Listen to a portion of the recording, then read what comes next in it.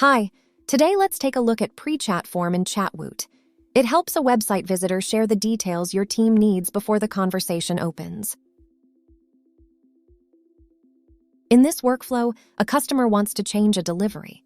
The support team needs an order ID and zip code right away, so the first reply can be specific instead of starting with basic questions. We'll start with the source fields. Order ID is already set up, and now we'll add delivery zip as a conversation custom attribute. Once that field is saved, those attributes become the source options we can use in the website inbox settings.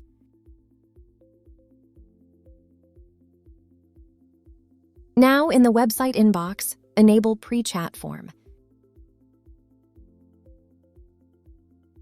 The greeting sets the tone for visitors, and the selected custom attributes decide which structured fields appear in the widget.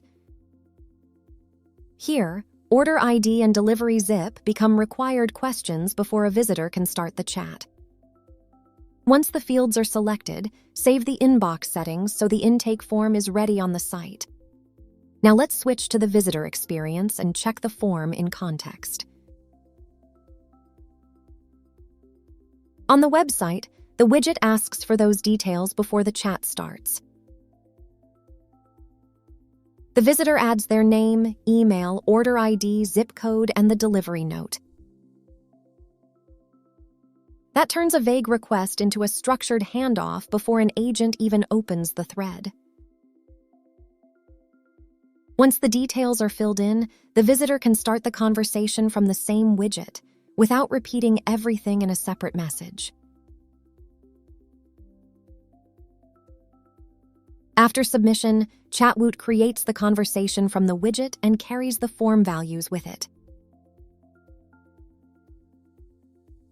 In the inbox, the agent sees the message and the captured attributes in the sidebar, ready for a focused first reply.